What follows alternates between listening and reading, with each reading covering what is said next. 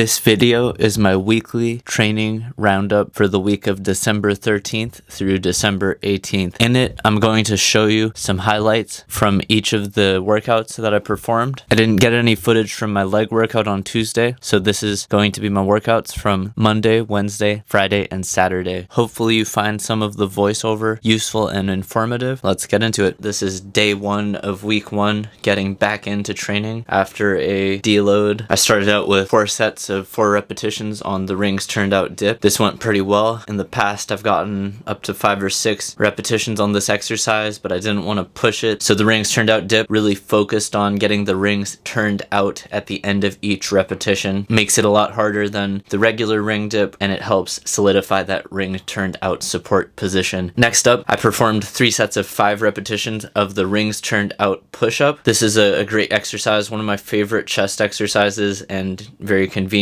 of course, since I already had the rings set up and I was feeling warmed up from that RTO dip. More correctly, I guess, it's just a ring dip to ring turnout at the top. I know some people are capable of performing a full ring dip with the palms turned forward the entire time. I am not, so what I'm performing in exercise 1 is actually just more of a ring dip to RTO support at the top. Moving on, performing the feet up push-up on parallettes. This is a decent exercise for high volume, definitely easier than either of the first 2 exercises. It's just there to get some extra chest training volume. It's a good option if you want an exercise in the higher rep ranges, or if you're just starting out on your push-up journey, you could slot in the feet up push-up as even a primary chest exercise if you find it difficult enough. In the 5 to 15 rep range, it is a fine exercise. If it's adequately difficult for you, it's definitely suitable as a primary chest exercise. All right, moving on. Just did 3 sets of, I think, 8 repetitions on bodyweight chin-ups. This was supposed to be pretty easy. Basically just here to give a small bump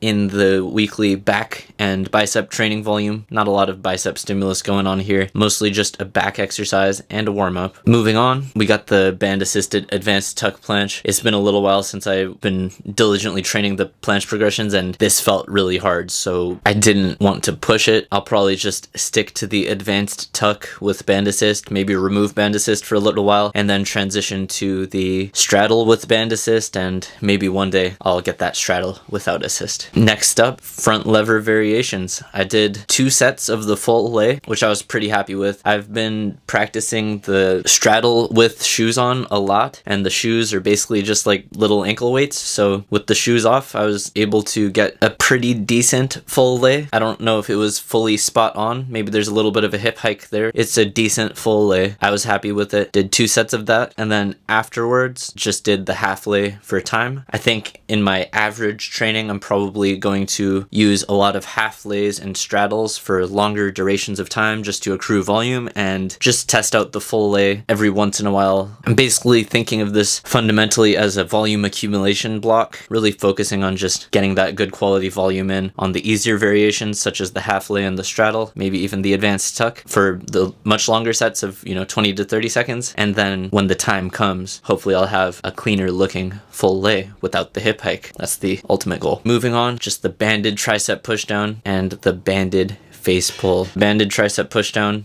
I'm just kneeling here to get more length out of that band. In the face pull, I'm really focusing here on trying to pull my hands apart. So once the band is in range of the face, I'm actively trying to pull apart that band and get a little bit of extra upper back activation. So that's just a quick workout from today, Monday, December 13th with voiceover. Hopefully you found it useful. Drop a comment down below if you'd like a more dedicated tutorial video on any one of these exercises, and I'll make you that tutorial video. Don't let anybody stop your gains. Today's workout, it was Wednesday, primarily a back day. I just did my volume work. I think I was a bit fatigued from Monday's chest workout. Maybe I didn't rest too well. It was a bit harder than I wanted it to be in terms of rate of perceived exertion. I got 2 sets of 6. On the 3rd set, I just got a set of 5 because I didn't want to take it all the way to failure. I felt as if that 5th rep was pretty hard. It was close to a grinder, and I felt like the 6th rep probably would have been ugly, so I kind of just cut off that last rep. Also worth noting, I believe my body weight has dropped back down to around the low 140s as opposed to 145, 146, where it was in the peak week of the last training block. I lost a bit of weight over the deload week. Probably wasn't eating as much as I should have been. I will readjust my chin up PR and just call it my current body weight plus 110. So that way, instead of setting my 1RM for this training block to 255, I'll just set it to 250. And that way the intensity will scale down. The percentages will stay the same. But if the 1RM is a little lower because my body weight's lower, I feel as if it might feel a bit more manageable. Realistically, I don't want to go this close to failure in week 1 of a training block. So some troubleshooting needs to be done here. But anyways, let's move on. I did some front lever variations on rings. Today, I was feeling pretty tired from Monday. The volume chin-up work sapped a lot of energy. So I basically just did 1 advanced tuck front lever, 1 set of half lay front lever, and then 1 set of straddle front lever. I started to feel better as the workout progressed, but the first variation actually felt the most difficult. I did hold it for a longer time frame, but the advanced tuck definitely felt harder than it normally would. The half lay pretty hard. The straddle felt pretty good by the time I got to it. I performed it today on rings for variation, just a little bit different joint angles than on the straight bar. Hopefully it places stress onto slightly different tissues than the straight bar as well. So that's the rationale for doing my front lever work on rings today instead of the bar. After that, I performed 3 sets of horizontal body row on rings. This, I'm really just focusing on trying to get a full range of motion, pull the rings until they make contact with the body, really let the shoulder blades come forward at the bottom, hang there kind of relaxed, get the stretch in the upper back, and then really just get a full range of motion here. Volume exercise, nice horizontal row after the other primary exercises, which today were the chin up and front lever variations. Moving on, just 3 sets of 5 of rings turned out push-ups, just to get that chest volume in. Also to help prepare the tissues and joints for the planche variations that came after it. So just 3 sets of 5 rings turned out push-ups, really trying to keep the palms forward, shoulders depressed, and stay in control as I perform this exercise. Moving on, some planche variation practice. The first variation was just the regular tuck planche, no band assist. I just performed it straight up on the Parallettes today, just a tuck planche for time. Second variation, advanced tuck planche, no assist. Pretty difficult, just held it about as long as I could. Felt pretty tough by the end. Third variation was just the tuck planche to advanced tuck pumps. So I'm starting off in the normal tuck planche and then dropping those knees, leaning a little further forward as I drop the knees to counterbalance the weight, and then just moving back and forth between the tuck and advanced tuck. And to round up the workout, just getting in some volume work, doing some dumbbell curls, some banded face pulls. Won't show all the sets, but the dumbbell curls, just trying to focus, use good consistent technique, get some high quality reps there. I don't have very heavy dumbbells at home, so just getting some reps in here, getting in some volume work. The banded face pulls, same as the usual, just really trying to pull that band towards the body, and then once it's in range of the face, pulling the hands apart to get a little bit of extra upper back activation. Hopefully you enjoyed this voiceover. Let me know if you have any questions down in the comment section below, and I will talk to you soon. Alright, so today in Friday's chest workout, I started out warming up with just some really easy incline push-ups just to get a little bit warmed up. After that, I did 1 or 2 sets of body weight dips, rounding out the warm-up. After that, I moved on to band-resisted dips. I just performed 3 sets of band-resisted dips here. Nothing too crazy, a fairly mild band resistance. After that, moved on to the handstand push-ups. It's been a little while since I did these, so in the first set, 5 felt hard. I think I had my hands a little too close to the wall, kind of hurt my shoulders a little bit. Second set, adjusted that hand position, got 6 reps, felt a little better. Third set, technique was feeling a bit smoother. Managed to get 10 reps, I think, 9 or 10 reps there. Some exercises you can warm up.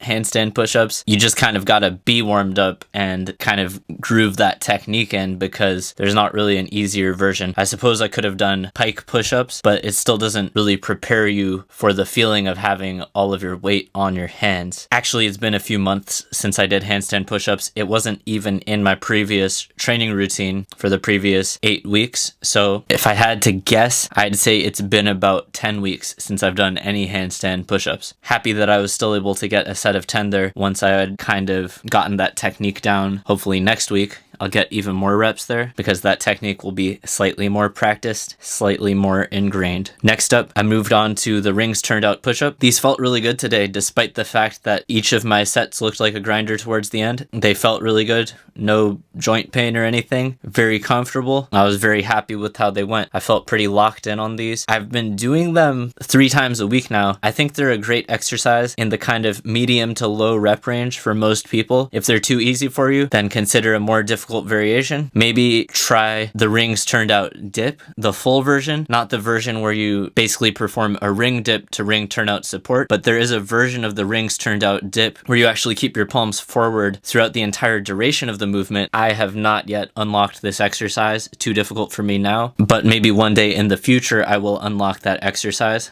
For now, I'm just doing the palms forward ring push-up and the regular ring dip to rings turnout support at the top, and maybe one day I will attempt the full palms forward ring dip. So if you find the rings turned out push-up too easy, you're getting your hands all the way to the waist at the bottom, full range of motion, busting out 10 or 15 reps, maybe give that palms forward dip a try. It is a lot harder though, so I would advise not even attempting it. If you're not getting more than 10 full range of motion ring turned out push-ups, probably not until you have at least a straddle planche. Right now I'm still struggling with the advanced tuck planche, so it's not even entered my mind to attempt the full palms forward ring dip. All right, moving on. I performed 3 sets of 20 of the band tricep pushdown. On the last set, I caught kind of a cramp on the left long head of the tricep. Maybe it's just fatigue. Maybe it's from the handstand push-ups because I haven't been going too hard on the long head of the tricep. Maybe the long head was a bit fatigued. The first 2 sets, I had a fairly upright body position, and on that third set, I leaned forward a little bit more from the hip to see if I could get a better mind-muscle connection there. Maybe that put more tension on the long head. That's what resulted in the tricep cramp. Wasn't an injury or anything. It wasn't like sharp pain, but it was uncomfortable, so I cut off that third set. Moving on, I did not do the band-assisted planche variation. I just performed a tuck planche in the first set. Second set, advanced tuck. Felt very strenuous. I've been kind of tired. Today, I cleaned out the rain gutters and did a ton of yard work earlier in the day. Then I cooked dinner, did all the dishes and stuff. So this workout's coming in a bit late in the day. I was a bit fatigued, so the advanced tuck planche felt like it almost killed me. So for the third set of the planche practice, I just went back to the most tucked planche, the easiest version of it, because the advanced tuck felt a bit too difficult today. It's fine if you don't get the variation you want on a given day. Sometimes you just gotta check your ego, move back to the easier variation, and just get in that practice anyways, because it's really the practice over time that adds up and drives results. So even if you're not able to get the full-on variation that you wanted on a given day, just do your easier practice anyways and come back another day. Stay safe and don't push it too hard. After that, I performed 4 sets of the band face pull. Nothing too special here. Been doing these pretty frequently. I've heard they're good for your shoulders. Maybe they are. Maybe it's just urban legend. Hey, my shoulders have felt pretty good. They felt pretty good before I started doing them, but they still feel pretty good. And now I'm doing them. Confirmation bias? Who knows? But I'm doing them. Anyways, this is just part of the weekly roundup with voiceover. I'll see you on the next training day, in the back day. All right, so this back workout here represents the end of the week of December 13th. Today is December 18th. It's a back day, rounding out the first week of the new training program that I made on camera in the video titled How I'm Updating My Exercise Routine for No Gym Access. I made this program in front of you guys. This is just a weekly training roundup of all the exercise that I performed this week. I started off with some pull-ups, just did 3 sets of 6. After that, I performed some straddle front lever holds, 3 sets for a max hold time. It wasn't like an all-out life or death max hold time, but as long as I could comfortably hold. After that, I performed 3 sets of 15 to 20 repetitions of banded lat pushdowns. After that, I performed 3 sets of banded face pulls. I've been performing the banded face pulls about 4 times a week. I've heard they're good for shoulder health. Is it anecdote? Is it confirmation bias? I don't know, but I do them. You want to argue with me about it? I'm down. Let's argue. But I do them anyways. They're good for the rear delt. They train the upper back a little bit. Maybe they help with hypertrophying some of the muscles involved in the front lever and other exercises, so I do feel as if they are a useful exercise to perform. Today I started doing dumbbell curls,